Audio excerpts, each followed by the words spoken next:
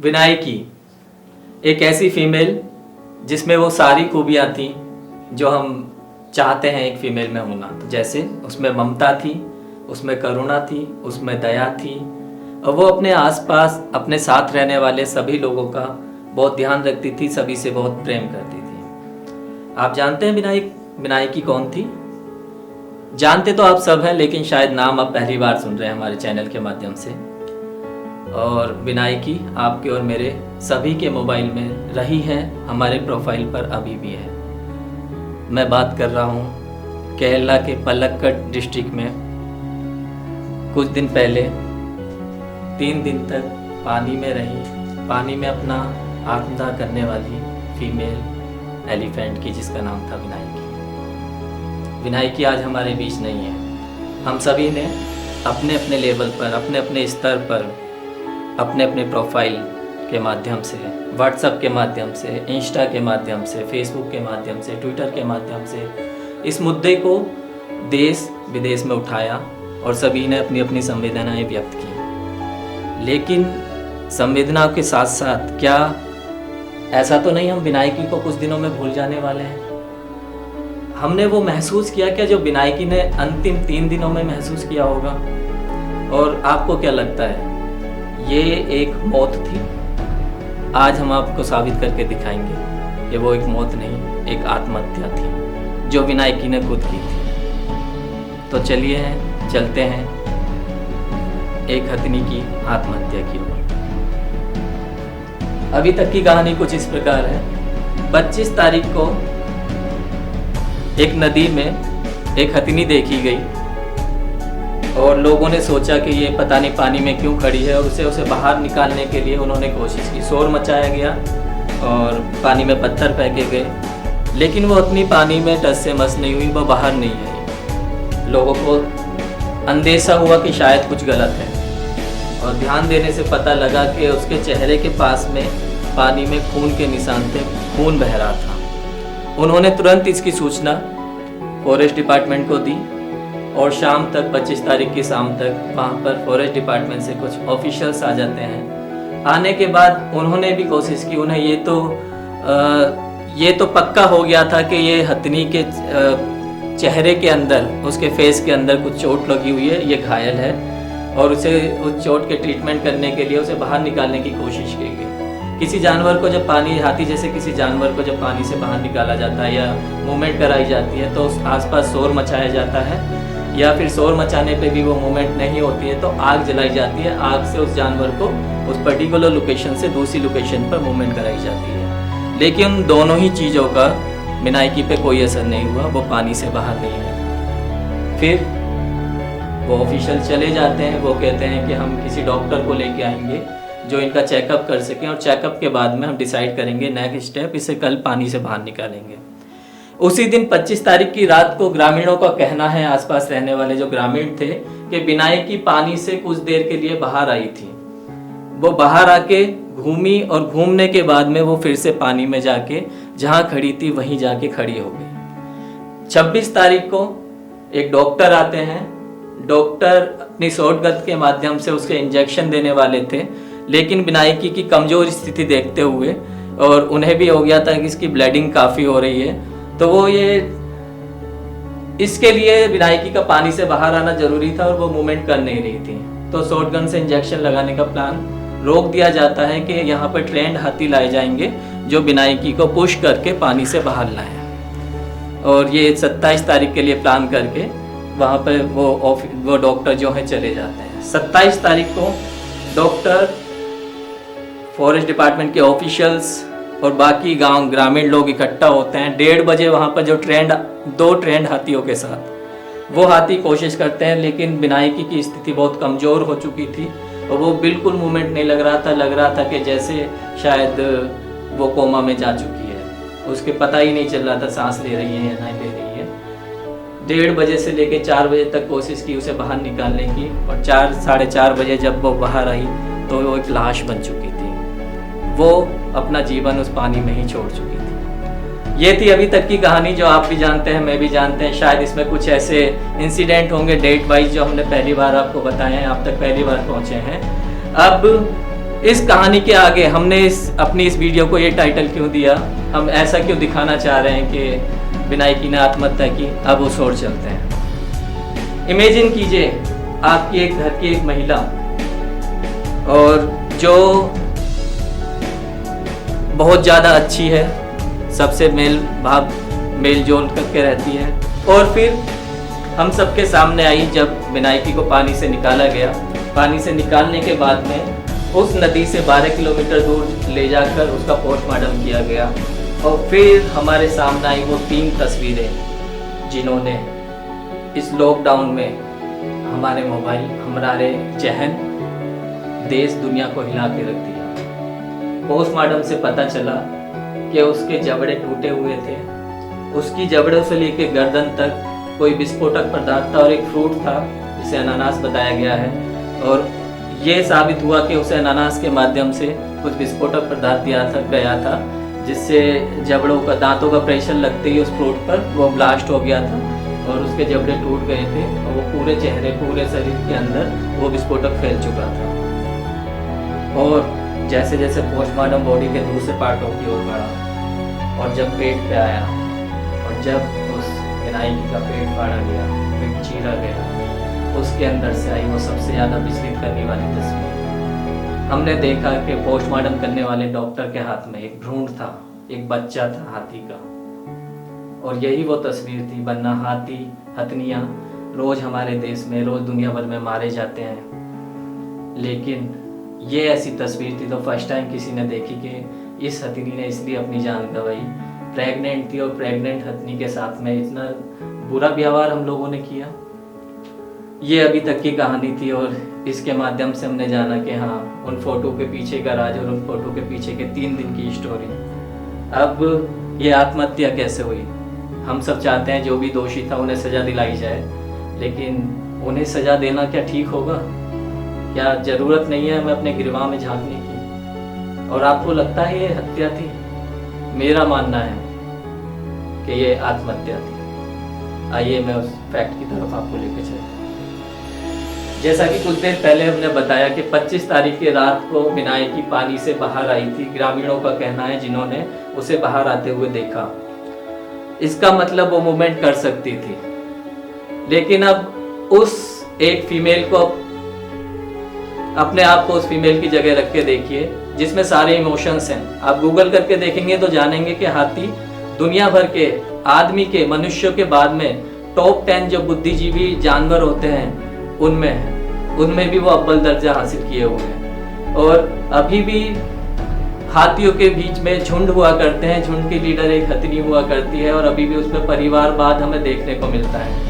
यदि अभी आपने ऐसी कोई डॉक्यूमेंट्री नहीं देखी है तो आप गूगल कीजिएगा, आपको सारी डिटेल मिल जाएगी कि हाथी कितना सामाजिक प्राणी है, उसमें कितनी सारी ऐसी संवेदनाएं हैं जो एक इंसान में होती हैं। वैसे ही संवेदनाओं से भरी पूरी थी हमारी विनायकी। अब जिस तरीके से एक इंसान को पता लग जाता है, एक फीमेल को पता लग जाता है, एक महिला को पता लग जाता है जब वो प्रेग्नेंट होती है 2 से 3 महीने बाद कि हाँ वो प्रेग्नेंट है, या टेस्ट के माध्यम से हमें पता लग जाता है विदिन अ वीक के वो प्रेग्नेंट है। लेकिन ये जानवर हमसे इस मामले में काफ़ी आगे हैं। जैसे ही उनके पेट में वो धड़कनें चालू होती हैं भ्रूण की, तभी उन्हें पता लग जाता है वो प्रेग्नेंट है। और वो विनायकी जिसका भ्रूण हम सब ने देखा, बहुत भली बात ही जानती थी कि वो प्रेग्नेंट है, और उस प्रेगनेंसी के लिए जब ये प्रेग्नेंट होते हैं जानवर तो खान पीन पे बहुत ज़्यादा ध्यान रखते हैं। ये चाहते हैं उनके अंदर पलने वाले बच्चे को पूरे पोषक तत्व मिलते रहें। उसी पोषक तत्व की तलाश करते हुए वो विनायकी हम इंसानों की बस्तियों में आई थी कि हाँ, इंसान ये तो नहीं जानते कि मैं प्रेग्नेंट हूँ, पर ये मेरी भूख को वो जान सकते हैं। और इस भूख के चक्कर में ही उसे कुछ शरारती तत्वों ने वो फल दिया जिसमें विस्फोटक भरे हुए थे। उनके इसके पीछे इंटेंशन क्या थी ना आप जानते हैं ना मैं जानता हूँ, पर हम ये जरूर जानते हैं कि उस विस्फोटक को खाने के बाद भी विनायकी शांतिपूर्वक वहाँ से चली आई थी उस इंसानों की बस्ती से, और दूर जंगलों में एक नदी में अंदर जाकर शायद जो जलन हो रही थी, जो उसका उस चेहरा जला हुआ था अंदर से, जो उसके जबड़े टूट चुके थे, जो ब्लडिंग हो रही थी, उस ब्लडिंग को, उस खून को जमीन पे ना गिरा के वो पानी से धोना चाहती थी और अपना दर्द कुछ कम करना चाहती थी। ये तो एक दर्द हुआ जो बस विनायकी को था। विनायकी को उससे भी ज़्यादा दर्द था उसके पेट में पल रहे बच्चे के लिए। जैसे जैसे उसने जो वो फल खाया था उसके शरीर में पहुंचने वाला था, वैसे वैसे उसके बच्चे की जान को खतरा बढ़ने वाला था। और जो जानवर पहली धड़कन अपने बच्चे की महसूस कर लेता है तो सोचिए उसके ऊपर क्या बीती होगी, जो जानती थी कि जैसे जैसे विस्फोटक मेरे शरीर में अंदर पहुंचेगा, मेरे खून के माध्यम से, मेरे पेट के माध्यम से, वैसे वैसे मेरे बच्चे को खतरा है। वो पानी में खड़ी हुई अपने शरीर को राहत देने के लिए, अपने उस बच्चे को राहत देने के लिए कि शायद इसका जो इम्पैक्ट है, इसका जो असर है वो कुछ कम हो जाए। फिर 25 पता नहीं वो कब से खड़ी थी ये भी क्लियर नहीं है, लेकिन 25 तारीख को जैसा कि हम जब जानते हैं उसे देखा गया पानी में, लोगों ने कोशिश की उसे बचाने की, लोगों को पता लगा ये जख्मी है, डॉक्टर्स आए।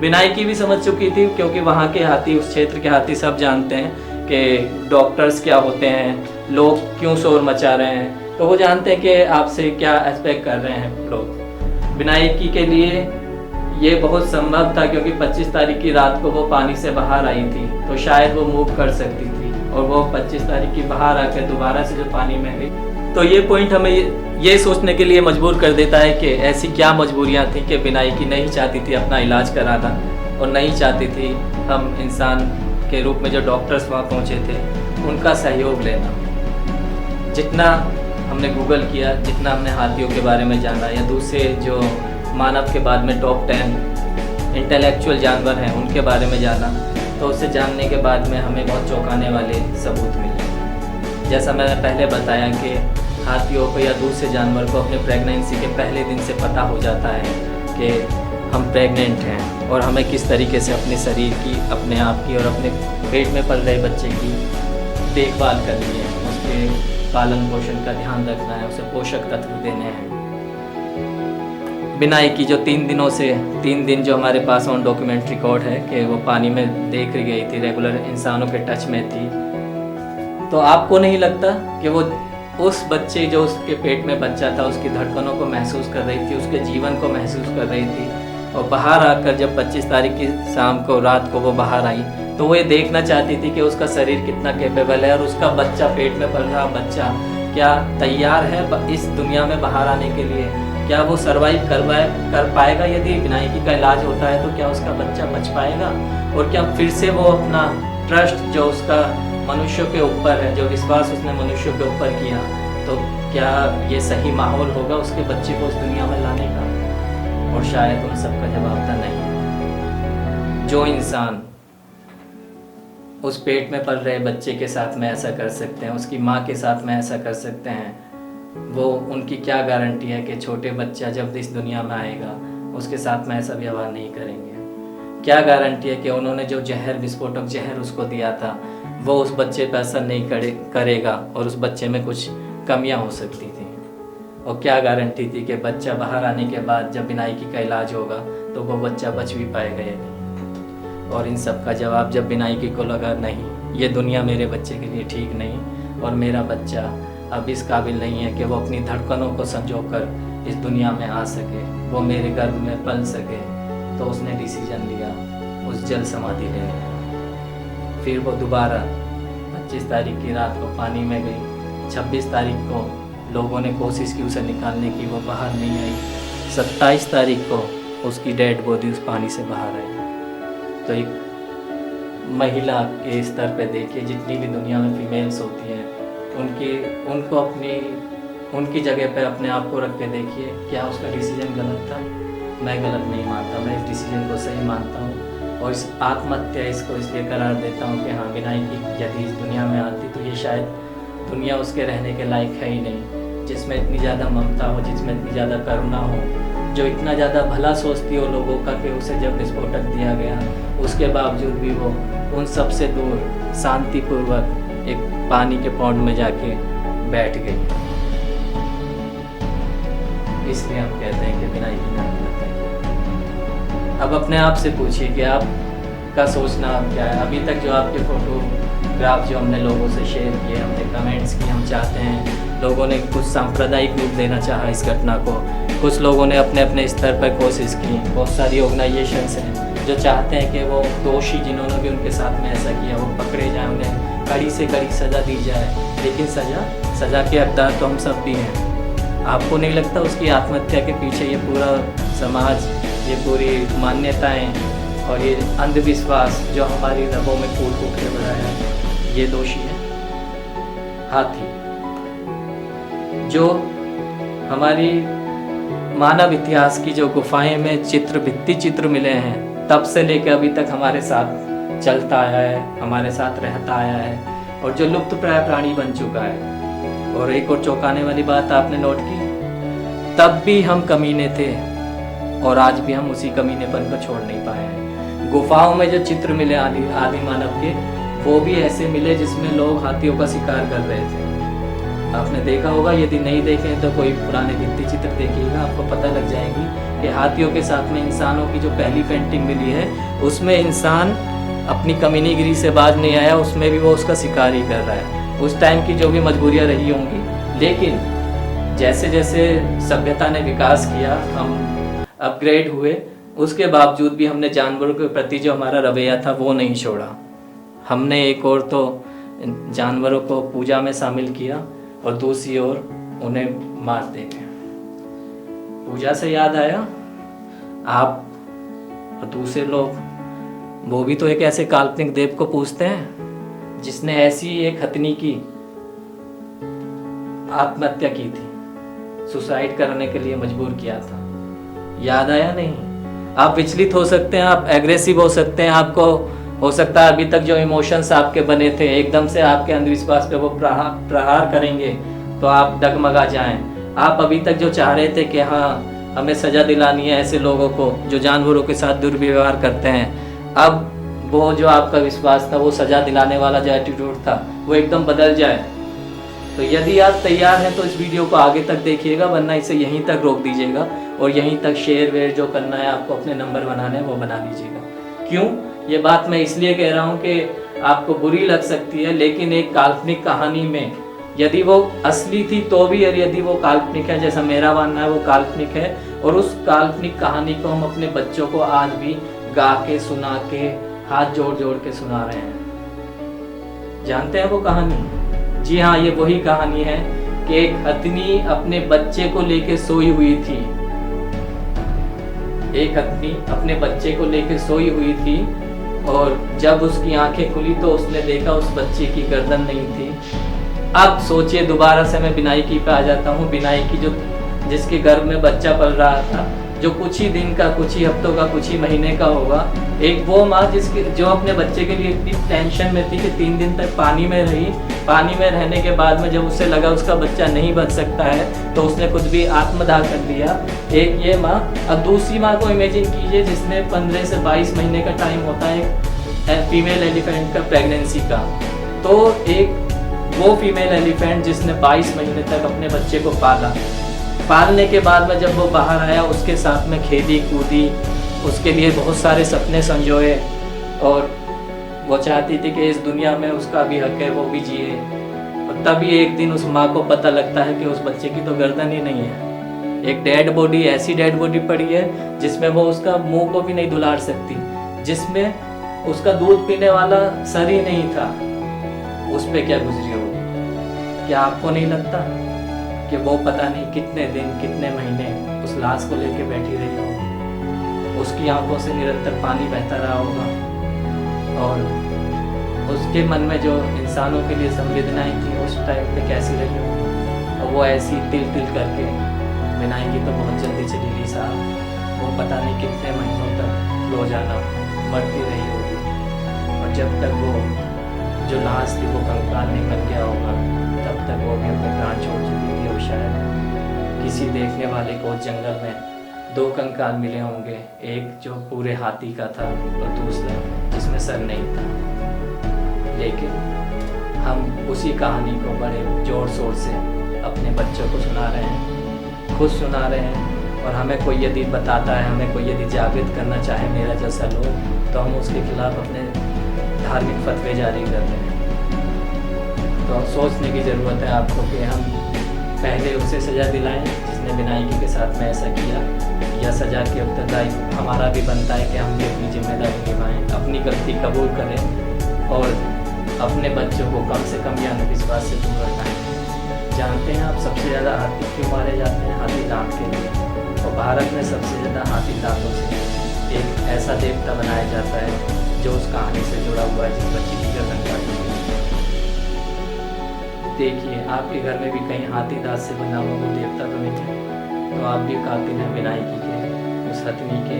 और उससे लेके अभी तक जितने भी हाथी जंगलों में मारे जा रहे हैं, जितने भी जानवर जंगलों में मारे जा रहे हैं, उन सभी के हत्याओं के आप भी दोषी हैं। आशा है हमारे चैनल की ये मुहिम, जिसमें हम चाहते हैं कि जानवरों के प्रति आप दिखावा ना करें। यदि प्रेम है तो सच्चा प्रेम हो, और सच्चे प्रेम की शुरुआत होती है जब आप अंधविश्वास से हटा देते हैं। अंधविश्वास से अपने आप को, अपने परिवार को और अपने आने वाली जनरेशन को दूर कीजिए। और यदि अभी तक आप उस काल्पनिक कहानी को सपना दे रहे थे, उसे हटा दीजिए। आज के बाद में उसका जिक्र ही नहीं करेंगे, तो हम सोचेंगे हमारा ये वीडियो बनाने का प्रयास जो सफल रहा, और विनायकी ने जो आत्महत्या की, हम अपनी ओर से इस चैनल के माध्यम